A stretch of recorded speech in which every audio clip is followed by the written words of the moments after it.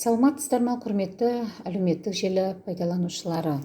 Кітапханамызға келіп түскен кезекті басылымдармен таныстыруды жалғастырамыз. Бүгін біз Ана тілі газетінің 28 шілде 3 тамыз аралығындағы шыққан 30 санына шолу жасайтын боламыз. Қазақстанның халық жазушысы, көрнекті мемлекет қайраткері Шерхан Мұртазаұлы Жамбыл облысының Жуалы ауданындағы Талапкер ауылында дүниеге келіп, осы топырақтың жемісін жеп, суын ішкен жазушы. Кішкентайынан кіндік қанып тамған жерде өсіп, ауылдың дәстүр салтын игеріп, білімді осы жерде алған. Шераға жастайынан білімге өте құштар. Мектеп қабырғасында жүргенде қазақтың белгілі танымал тарихшы және әдебиет саласын игерген тұлға жазушылардың кітаптарын іздеп жүріп оқитын. Осындай білім алған ол анасының рұқсатымен одақтың астанасы Мәскеу қаласына оқуға аттанады. Қазақстанның әр жерінен барған жастармен араласып, Мәскеудің ең жоғарғы университетінің журналистика факультетіне құжат өткізеді. Көп ұзамай емтиханын ойдағыдай тапсырып, университетке түстім деген қуанышты хабармен ауылда қалған жалғыз анасына жедел хат жолдайды. Жедел хат қолына тиген анасы көршілеріне, ағайын туыстарына сүйіншілеп, ұлы Шерханның қуанышын толықтай жеткізеді. Міне сол күннен бастап Шераға университетті жақсы аяқтап, одан әрі әдебиет институтына түсіп, ойға алған арманы орындайды. Шераға жоғарғы оқу орнында оқып жүріп, орыстың ұлы жазушыларының, батыс және шығыс Европа елдеріне танымал әдебиетшілерінің еңбектерінен сусындап, толымды мағыналы білім алады. Бұл білім Шерағаның келешегіне кемел рухани азық болады. Мен Шерағаңмен 1960 жылы шілде айында Қызылорда облысы Арал ауданынан шығатын социалистік Арал аудандық газетінде кіші қызметкер болып жүргенімде таныстым. Шераға аудандағы ең үлкен балық аулау аймағы болып есептелінетін бүгіндегі МРС бас директоры Уайс Қасымов жайлы мақала жазуға келген екен. Катермен теңіз үстімен жүретін болып, газет редакторынан сұрап мені қасына ертті. Бүгінде ол кезде 10 шақты ұлттың өкілі тұрады. Мәдениеті жоғары ауыл. Шераға бас директормен бетпе-бет жолығып, 6-7 сағат сұхбаттасты. Қасымов аға одақтың ақсақалы болған, Калининнен шақырту алған балықшы. Кезінде омырауына алтын медаль таққан екен. Ауданға келгеннен кейін Уайс ағаны аудан басшысы Аманөткел колхозына төраға етіп сайлады. Одан әрі Райым колхозына басшылыққа жіберді. Барлық қызметті жоғарғы дәрежеде атқарған Қасымов моторлы балық аулау станциясының бас директоры қызметіне жоғарылатылды. Шераға осы деректерді толтыра көлемді эсселік мақала жазған еді. Сол жылдан бастап Шерағаңның адамға, әсіресе әріптестеріне қамқорлығы, жанашырлығы, мейірімділігі зор екенін анық көргендей болдым. Бүгінде тірі болса, Шерағаң 90 жасқа толар еді. Университетке Жұмабек Ташеновтың есімі берілді. Бұрын Жетісай қаласында орналасқан білім ордасы жаңа оқу жылынан бастап Шымкент қаласына көшірілетін болды. Ескерте кетейік, Түркістан облысы Жетісай қаласындағы Сырдария университеті 1998 жылы ашылған. Қазір университеттің бакалавриаттың 13 бағыты бойынша 31, магистратураның 5 бағыты бойынша 6 мамандықты оқытады. Оқу орында 850 орынға арналған 4 студенттік жатақхана бар. Осы Сырдария университетіне Жұмабек Ташеновтың есімі берілді.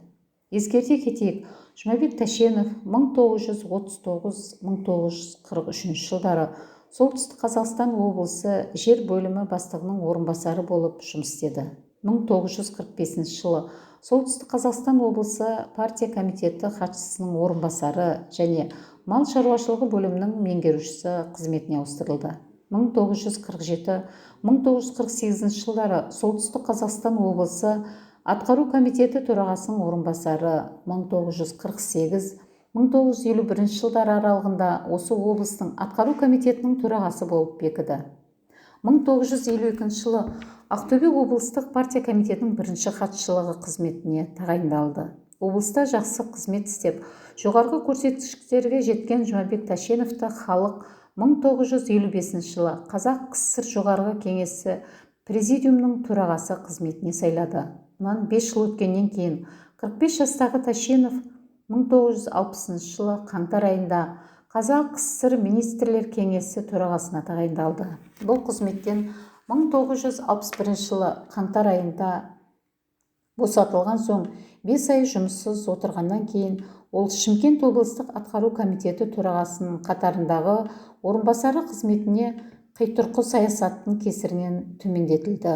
Ол 1975 жылы наурыз айында мемлекеттік қызметтен шұғыл еңбегі сіңген дербес зейнеткерлікке жіберілді. Ел алдындағы еңбек үшін ол Ленин орденімен, еңбек қызыл ту және құрмет белгісі ордендерімен марапатталды. Ұлтжанды азамат 1986 жылы 18 қараша күні 71 жасында дүниеден өтті. Шерхан мен Талғат Мәскеуде қалай кездесті? 1951 жыл наурыз. Жоғарғы кеңестің кезекті сессиясына КСРО құрамындағы 15 одақтас мемлекеттердің түкпір-түкпірінде депутаттар Мәскеуге жиналып жатты. Әрине, оның қатарында Қазақстаннан сайланған депутаттар да болатын. Осы жылдары Мәскеу полиграфиялық институтында оқып жүрген 19 жастағы студент Шерхан Мұртаза өзінің әлеуметтік жағдайын айтып, әрі жаңадан қолға алған аудармасы бойынша баспалармен байланыс орнатуға көмек болар деген ниетпен оңтүстік Қазақстан облысынан сайланған депутат Ермековке жолықпақшы болады. Сабақ арасында уақыт тауып, метроға отырып орталық алаңдағы депутаттар орналасқан Европа қонақ үйіне келеді. Комендант жас лейтенантқа жолығып, өзіне керек депутаттың қай нөмерде орналасқанын қарап отырып, Шерхан тізімдегі Талғат Бегелдинов деген жерге келгенде көз тоқтатып тұрып қалады. Мен оңтүстік Қазақстан облысынан сайланған Ермековке, болмаса Талғат Бегелдиновтың біреуіне жолығуым керек екен. Бұл кезде атаңызға айналған Талғат Бегелдиновтың атақ-даңқы алысқа кетіп тұрған. Сондықтан коменданттан бірден Бегелдиновтың номерін сұрадым. Ол телефон тұтқасын көтеріп, алло, 420-ны қосыңызшы. Жолдас Бегелдинов, сізді мазалап тұрған комендатура, сізге бір студент жолыққысы келіп тұр. Шыққалы жатыр ма едіңіз? Жақсы деп тұтқаны қойған жас лейтенант, ал жас жігіт 4-ші қабатқа жедел көтеріліңіз. 420 бөлме, ертерек көтеріліңіз, ол кісі тысқа шыққалы тұр деді. Мен алғысымды айтар-айтпастан 4-ші қабатқа құстай ұштым. Алдымда 420 бөлме, тұрмын. Басымды сан ой, қалай бастаймын, не айтамын? Осылайша ештеңе шешпестен есікті қақтым. Иә, кіріңіз. Кірдім. Орындығынан жеңіл көтерілген жас жігіт көйлегінің түймелерін қадап, галстугын тағып жатыр екен. Үстінде әскери киім. Үстел үстінде 2 алтын жұлдызы жарқыраған китель ілулі. Қолымды қатты қысып амандасып ішке шақырды. Осы сәтте екінші орындықта отырған ұзын бойлы бұйра шашты үлкен қара көзді жігіт орнынан тұрып қолын ұсынып, Мұратов деді. Талғат жанына отырғызып темекі ұсынды. Өзі темекісін тұтатып, жеңіл көтерілген көгілдір түтінді аспанға үрлей баяу үнмен әңгіме бастады. Қай облыстан келдің деді. Оңтүстік Қазақстан облысынан. Бауыржанның жерлес екенсің ғой. Дәл солай жерлеспіз. Бір ауданнан тіпті бір ауылданбыз деп мақтандым. Қызық екен. Сіз ол кісіні танисыз ба? Иә, танимын дедім. Біз Бауыржан туралы ұзақ сөйлестік. Арасында Талғат өзінің балалық шағы, мектепке қалай оқығаны, авиаклубта дайындала жүріп, қызыл әскер қатарына өз еркімен жазылғаны жайында асықпай баяндады. Бәрекелді бауырым, сенің не үшін келгеніңді де білемін. Қалай өмір сүріп жатырсың? Өзің туралы айтшы деді бір кезде. Осы жолы қалай шешен болып кеткенімді өзім де сезбей қалдым. Мүмкін әкеден ерте айырылып, күндіз-түні балаларым аман болсын деген ана еңбегінің қадірін, қиын қыстау күндердің арқама қатты батқан қиянатын баяндасам керекті. Есімде жоқ. Талғат менің жауабыма риза болды. Алақанымды қатты қысып маған тіке қарады. Жарайсың, өмірде кейін шегінуге болмайды. Енді осы баяндағандарыңды қағазға түсіріп бер деді. 15 минуттан соң мен арызым дайын болды. Арыз мәтіні төмендегідей. СССР жоғары кеңесінің депутаты Талғат Бегелдинов Жолдасқа, 2 мәрте кеңес одағының батыры, Мәскеу полиграфиялық институтының редакциялық баспа факультетінің студенті Шерхан Мұртазадан. Арыз. Мен Мұртазаев Жамбыл қаласындағы Жамбыл атындағы мектептің жанындағы интернат пансионында тәрбиелендім. 1950-1951 оқу жылы 10 сыныпты бітірген соң Мәскеу полиграфиялық институтына оқуға түстім. Менің әкем жоқ, және оқу барысында материалдық көмек қолын созатын жақындарым да жоқ. Мен мектепті ана тілінде бітіргендіктен оқу жылының алғашқы кезеңінде әсіресе көркем және саяси орыс әдебиетінің редакторын даярлайтын редакциялық баспа факультетінде білім алу қиын соқты. Бірақ мұндай қиындықтарға қарамастан тынымсыз, үздіксіз күні-түні дайындалдым. Соның нәтижесінде қысқы экзамендік сессиясы жақсы тапсырдым. 1220 сом көлемінде стипендия аламын. Бұл ақшаның 15 сомын ай сайын жатақханаға, ай сайын жолыма 8 сом. Мен қала сыртындағы Бабушкин қалашығында тұрамын.